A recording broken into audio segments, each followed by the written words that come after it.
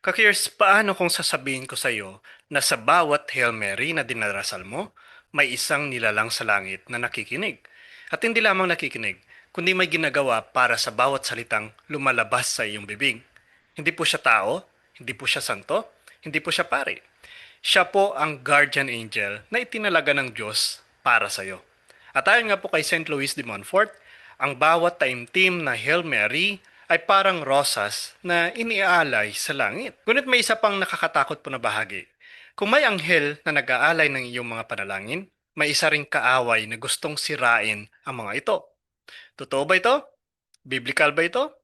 At bakit pinapayagan ng Diyos ang mga ganitong mga spiritual revelations? Ka-curious kapag naintindihan mo ito, maaring hindi ka na muling magdasal ng rosaryo sa parehong paraan, kundi gagawin mo na itong mas seryoso. Ka-curious, ito pong madalas na tanong, totoo bang may guardian angel ako? Hindi ba katang-isip lamang ito? May batayan ba ito sa Biblia? Ang malinaw po na sagot dito ay yes. Napakalinaw po sa kasulatan. Matthew 18:10. See that you do not despise one of these little ones, for I tell you that their angels in heaven always see the face of my Father. Pansinin niyo po ito. Hindi po sinabi dito ng ating Panginoong Jesucristo na may mga anghel.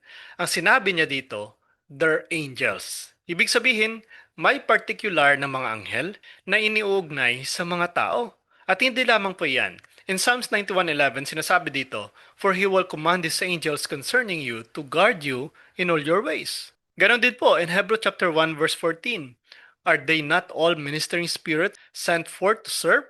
Ang mga anghel po ay hindi dekorasyon ng langit. Hindi po sila cute na figurines. Hindi po sila mga fairy tales. Sila po ay mga espiritong nilikha ng Diyos upang maglingkod sa kanyang plano ng kaligtasan. Ito po nakakabigani. Bago pa man po isinilang ang karamihan sa atin, may mga anghel nang itinalaga po para sa atin. Isang nilalang na hindi tumatanda, hindi natutulog, hindi nagsasagawa, at may isang misyon.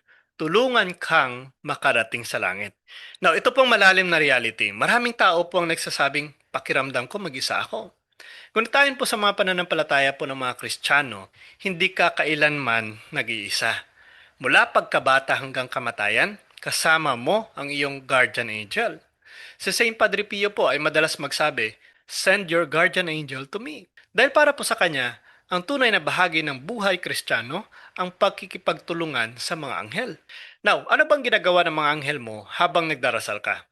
Dito na po pumapasok ang isinulat po ni Saint Louis de Montfort. Sa kanya pong aklat na The Secret of the Rosary, gumamit po siya ng napakagandang imahe. Habang taimtim kang nagro-rosaryo, ang iyong guardian angel ay parang nangungulekta ng bawat mabuting Hail Mary. At tinaalay po ito bilang korona ng rosas para kay Jesus at kay Maria. Hindi po ito opisyal na dogma, hindi po ito bagong doctrine. Ito po ay isang spiritual reflection na gustong magturo ng isang mahalagang katotohanan. Mahalaga sa Diyos ang paraan ng ating pagdarasal.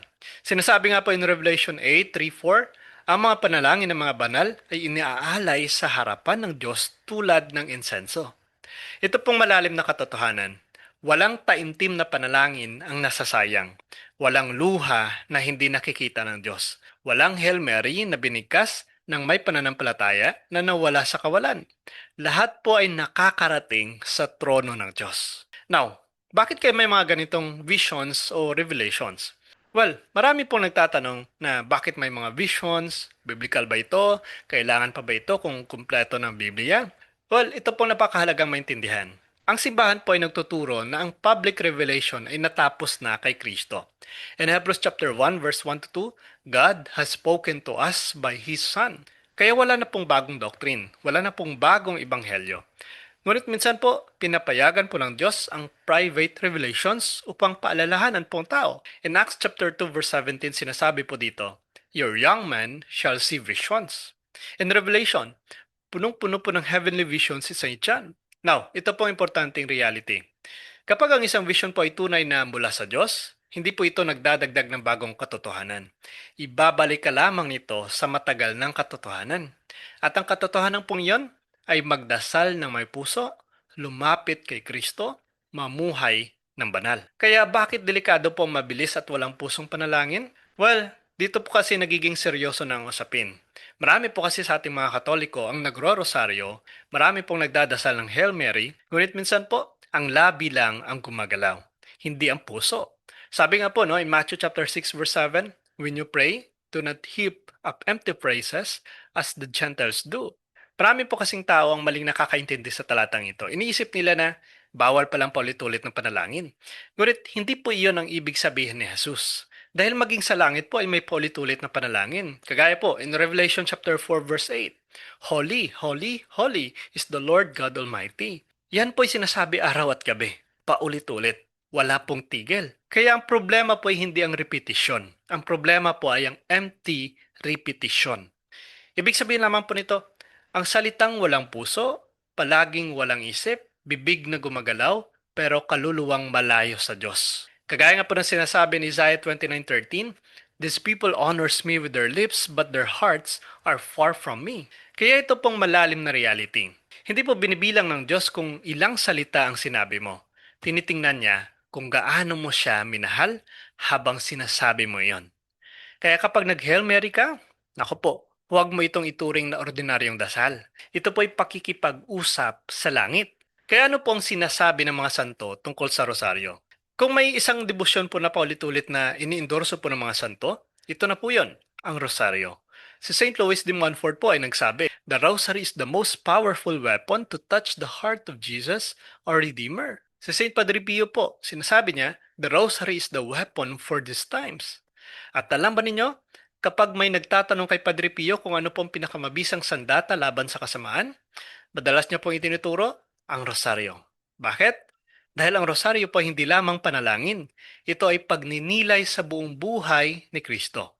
Kaya habang inuulit mo po ang Hail Mary, pinagninilayan mo ang pagkatawang tao ni Kristo, kanyang paghihirap, kanyang kamatayan, kanyang muling pagkabuhay, kanyang kaluwalhatian. Kaya ito pong malalim na katotohanan dito. Hindi ka po inilalayo ng rosaryo kay Jesus. Mas inilalapit ka nito kay Jesus. Dahil bawat misteryo po ay tungkol sa Kanya. Maliwanag po yan. Kaya ano pong sinasabi ng mga exorcist? Ito po kasing bahagi na madalas po na magpapagulat po sa marami. Marami po kasing exorcist ang nagsasabing may espesyal na galit ng demonyo sa rosaryo. Hindi po dahil sa mga beads, hindi po dahil sa tali, hindi po dahil sa material na bagay, kundi dahil sa kung ano ang kinakatawan nito. Si Father Gabriel Amort po, ang kilalang exorcist ng Roma, ay nagsabi po na the rosary is one of the most powerful weapons against evil. Ayon po sa kanyang mga karanasan, maraming pagkakataon po ng simpleng taimtim na pagdarasal ng rosaryo ay nagdudulot po ng malaking pagdurusa sa masamang espiritu. Bakit kaya ito nangyayari? Dahil bawat Hail Mary po ay nagpapaalala po sa kanila ng kanilang pagkatalo. In Genesis 3:15 po malinaw na sinasabi, I will put enmity between you and the woman. Ang talata pong ito ay tinatawag ng maraming church fathers bilang unang prophecy ng tagumpay ni Kristo laban kay Satanas. At si Maria po ay may natatanging papel sa plano pong iyon. Kaya tuwing taimtim kang nagro-rosaryo, hindi lamang po ikaw ang nakikinig. Alam din po ng impyerno na lumalapit ka sa Diyos. Kaya ano pong nais na ipahiwatig ng Diyos sa pamamagitan po ng guardian angels? Well, ito po kasing pinakamahalagang tanong. Hindi po ang nakikita ba ako ng anghel? Hindi rin po ang ilang anghel ang nasa paligid ko? Kundi bakit gusto ng Diyos na malaman ko ito? Marahil po ang sagot ay ito, upang ipaalala na hindi ka nag-iisa. Kasi sa panahon po ngayon, maraming tao pong nalulumbay, maraming tao pong pakiramdam ay walang nakakaintindi sa kanila, maraming tao pong umiiyak nang walang nakakakita. Ngunit ayon po sa pananampalataya, may isang nilalang po na kasama mo sa bawat hakbang. Hindi po para sambahin, hindi po para palitan ng Diyos, kundi upang tulungan kang makarating sa Kanya. Kaya ito pong realidad. Ang guardian angel po ay tanda ng personal na pagmamahal ng Diyos. Napakalaki po ng universe, bilyong-bilyong tao, ngunit naglaan pa rin po ang Diyos ng isang anghel para sa iyo. Hindi ka po aksidente, hindi ka po nakalimutan, hindi ka iniwan. Ang Diyos ay parating nagmamahal sa iyo sa pamamagitan ng kanyang mga anghel. Kaya ka-curious, paano kung sa bawat Hail Mary po na minamadali mo, may nawawala kang pagkakataon na makalapit kay Kristo? Paano kung sa bawat rosaryong dinarasal mo ng walang puso, hindi mo nakikita ang biyayang gustong ibuhos ng Diyos? At paano kung ang iyong guardian angel ay matagal nang sinusubukang gabayan ka, ngunit abala ka sa lahat ng bagay maliban sa Diyos? Marahil hindi po ang tanong ay, ano ang ginagawa ng guardian angel ko? Marahil ang tunay na tanong po ay, nakikinig ba ako sa mga paalala ng Diyos? Dahil sa huli po, ang layunin po ng angel ay hindi upang mapansin siya. Ang layunin po niya ay dalhin ka kay Jesus. Sa susunod po na magdasal ka ng Hail Mary, magdahan-dahan ka. Pag-isipan mo ang bawat salita.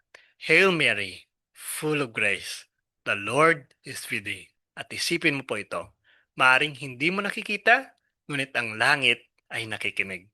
Maaring hindi mo nararamdaman, ngunit may mga biyayang dumadaloy. Maaring tahimik ang paligid, ngunit hindi tahimik ang Diyos. At marahil po ang iyong guardian angel ay kasama mo sa panalangin. Hindi po upang kunin ang atensyon mo, kundi upang tulungan kang mahalin si Kristo ng higit pa.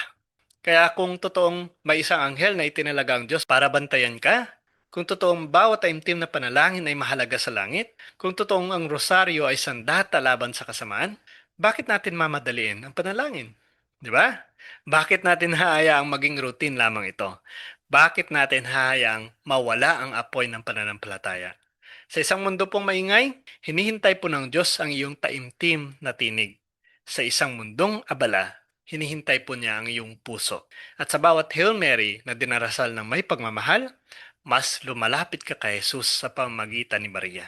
Kaya ka-curious, sa susunod po na sabihin mo ang Hail Mary, alalahanin mo po ito. Maaring hindi mo nakikita ang iyong guardian angel, ngunit maaring bawat taimtim mong panalangin ay ginagawa niyang rosas para sa langit.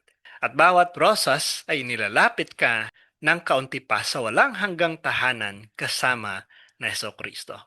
Huwag niyo pong kalimutan na i-like at i-subscribe ang ating YouTube channel at i-follow din po ang ating Facebook page at i-comment niyo po sa ibaba. My guardian angel, lead me to Jesus.